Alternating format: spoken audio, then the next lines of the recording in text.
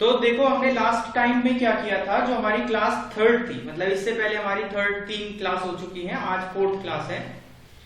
Fourth class में हमने क्या पढ़ना है, देखो फर्स्ट क्लास में मैंने तुम्हें बताया था कि किसी इक्वेशन या किन्हीं लाइंस को सॉल्व करने के 4 मेथड है। पहला ग्राफिकल मेथड था, दूसरा सब्स्टिट्यूशन मेथड था, third is elimination method and last one is cross multiplication method. तो ग्राफिकल मेथड का काम हमारा कंप्लीट हो गया। अब के वीडियो में हम लोग 2 मेथड जानने वाले हैं, एक तो सब्स्टिट्यूशन मेथड और दूसरा एलिमिनेशन मेथड। ये दोनों हम आज ही जानेंगे।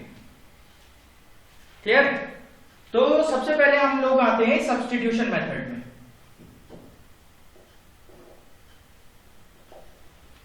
देखो सब्स्टिट्यूशन का मतलब बिल्कुल नाम से ही पता चल रहा है कि एक चीज की वैल्यू, एक वेरिएबल की वैल्यू दूसरे वेरिएबल में सब्स्टिट्यूट करना। जैसे एक एग्जांपल लेके चलते हैं।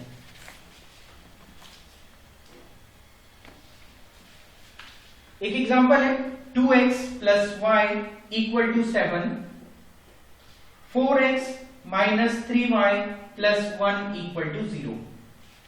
क्वेश्चन लिखा गया है कि solve the following equations by using substitution method. ये क्वेश्चन लिखा गया है। तो अब यहां पे हमारी मजबूरी है कि हमें सब्स्टिट्यूशन मेथड ही लगाना पड़ेगा। तो देखो कैसे सॉल्व करते हैं। सबसे पहले हमने दोनों में से छांट लिया कौन सी इजी इक्वेशन है, आसान इक्वेशन कौन सी है। तो देखो मुझे ये वाली आसान लग रही है। क्यों आसान लग रही है? क्योंकि y के साथ कोई भी मल्टीपल नहीं है, y के साथ कोई भी मल्टीपल नहीं है, तो इसलिए मुझे थोड़ा सा आसान लग रही है।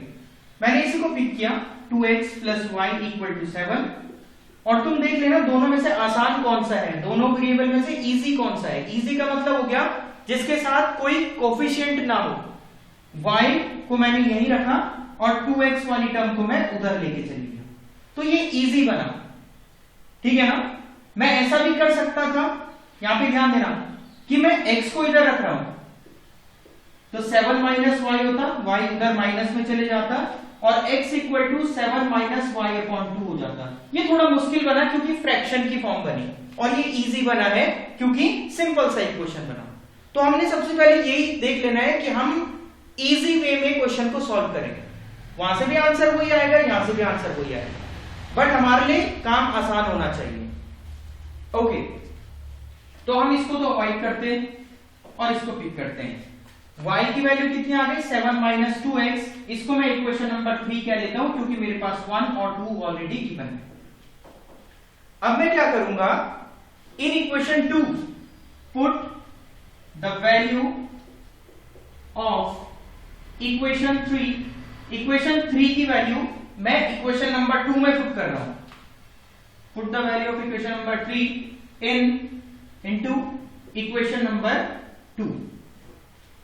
मैंने क्या किया, पहले वाले से y की वैल्यू निकाल दी और उसको दूसरी वाली इक्वेशन में सब्स्टिट्यूट कर दिया, इसीलिए इसे सब्स्टिट्यूशन मेथड कहते हैं। दूसरी वाली इक्वेशन क्या है? 4x - 3y + 1 = 0। 4x - 3y आया तो y की जगह मैं ये पुट कर दूंगा। y की जगह मैंने क्या पुट किया? 7 - 2x। देखो y की वैल्यू मैं यहां से इतना निकाल चुका था, इसकी वैल्यू मैंने यहां पे सब्स्टिट्यूट कर दी, बस इतना सा काम है। +1 = 0। अब सॉल्व कर लेता हूं। 4x - 7 × 21 माइनस का प्लस 3 × 6x + 1 = 0।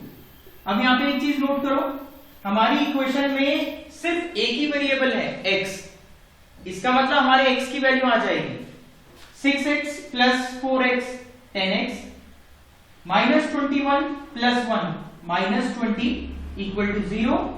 10x = 20। 10 से 2 टाइम्स कैंसिल, x की वैल्यू आ गई 2। तो देखो मेरे पास कम से कम एक वेरिएबल की वैल्यू आ गई जो कि मुझे फाइनली फाइंड करना है। x की वैल्यू आ गई 2। अब मैं क्या करूंगा, इस x की वैल्यू को जस्ट यहां पे या यहां पे रख लेता हूं। तो जो इजी है तीनों में से उसमें पुट करना, तो मुझे सबसे आसान तो ये लग रहा है। मैं यहां पे रख लेता हूं y = 7 - 2 × 2 y equal to 7 minus 4 that is 3। तो मेरा फाइनल आंसर कितना हो गया?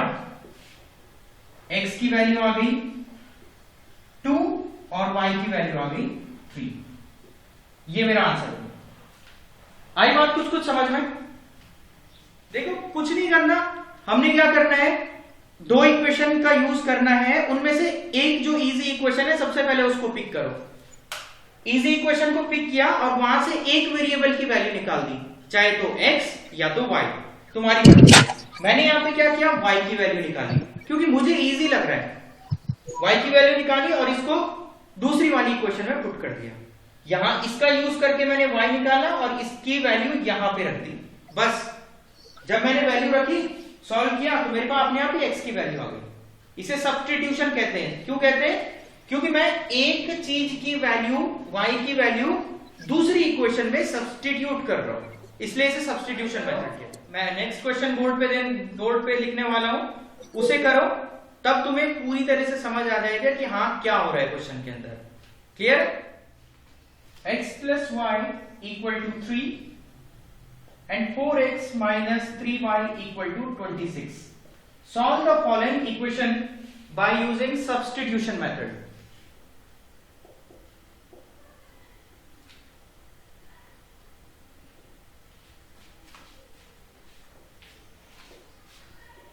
By using substitution method.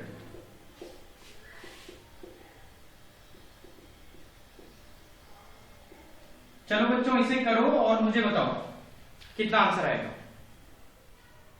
हाँ, जब तुम लोगों ने इस क्वेश्चन को सॉल्व किया होगा तो x की वैल्यू तुम्हारी 5 आई और y की वैल्यू -2 आई, ऐसे ही कुछ आंसर आया?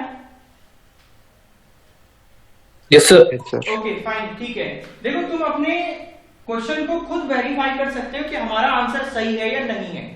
इन दोनों वैल्यू को किसी भी दोनों इक्वेशन में से जो भी आसान लग रही है उसमें पुट कर दो।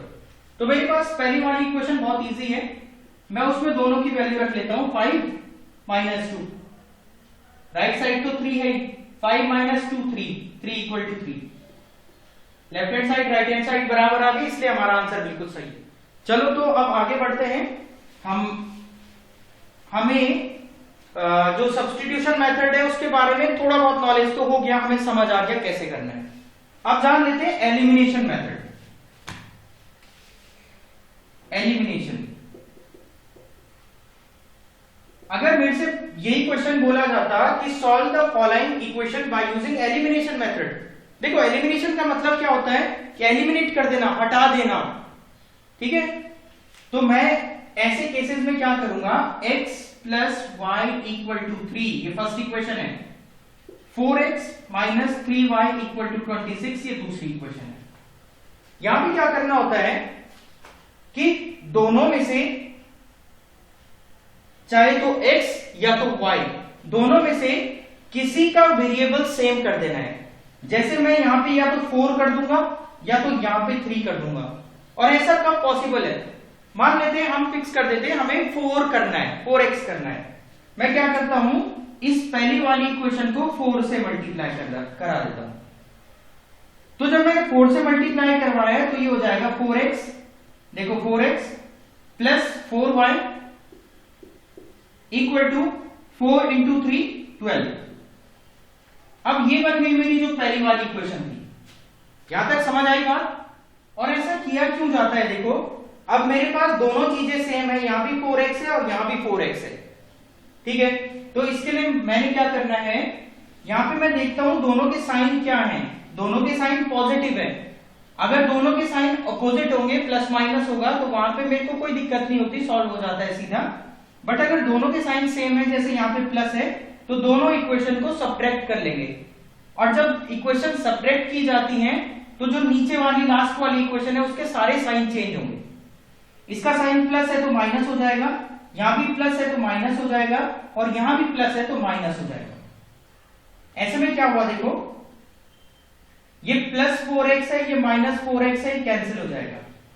तो इसलिए हमने इतना कुछ काम किया था ताकि कैंसिल हो जाए, इसीलिए इसे एलिमिनेशन कहा जाता है। हमने एलिमिनेट कर दिया x को। -3y minus 4y minus 7y, क्योंकि माइनस माइनस का प्लस होता है, दोनों ऐड हो जाएंगे। और 26 माइनस 12 दैट इज 14। 7 से 2 टाइम्स कैंसिल कर दिया तो y की वैल्यू कितनी हो गई? -2।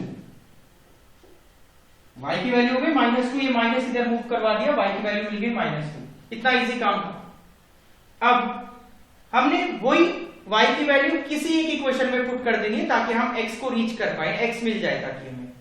देखो सबसे इजी इक्वेशन ये है पहली वाली, x plus y equal to -2, sorry 3। पहली वाली इक्वेशन y की जगह मैंने -2 पुट कर देना है, x -2 इक्वल टू 3। -2 जब उधर जाएगा तो प्लस हो जाएगा, फिर x की वैल्यू 5।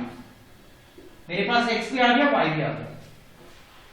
ये मेथड उस मेथड के कंपैरिजन में आसान होता है। सब्स्टिट्यूशन में कभी कभी थोड़ा मुश्किल चीजें बन जाती हैं, हमें सब्स्टिट्यूट करने में मुश्किल प्रॉब्लम होती है, बट ये वाला बहुत इजी मेथड है। बड़े से बड़े क्वेश्चन सॉल्व हो जाते हैं इस मेथड से। समझ आई बात? Okay yes sir. तो मैं एक क्वेश्चन देता हूं, इसे नोट करने की जरूरत नहीं है। मैं एक क्वेश्चन देता हूं, उसे तुम्हें एलिमिनेशन मेथड से सॉल्व करना है, ठीक है? एक बात थोड़ा सा मुझे समझानी है, इस बात को जरा समझ लेना। मान लेते हैं मेरे पास एक क्वेश्चन है,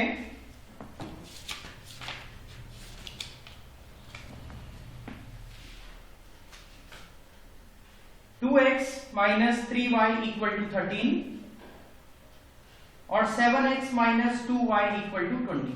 ये मेरे पास एक क्वेश्चन है और मुझे इसको एलिमिनेशन से सॉल्व करना है।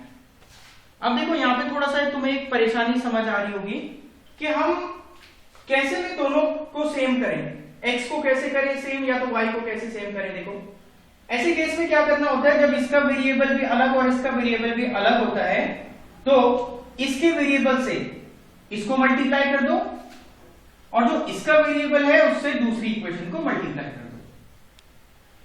अगर मैं इसको मल्टीप्लाई करूंगा तो क्या बनेगा, वो मेरी इक्वेशन नंबर फर्स्ट होगी, और इसको मल्टीप्लाई करूंगा तो क्या बनेगा, वो मेरी इक्वेशन नंबर सेकंड होगी। फिर तो इजी काम है, दोनों सेम बन चुका होगा और हमारा क्वेश्चन सॉल्व हो जाएगा। जो मैं समझाना चाह रहा था ये समझ आया? ये 7 और 2 क्यों मल्टीप्लाई किया? यस सर, समझ आ गया। चलो ठीक है, सॉल्व करो इस क्वेश्चन।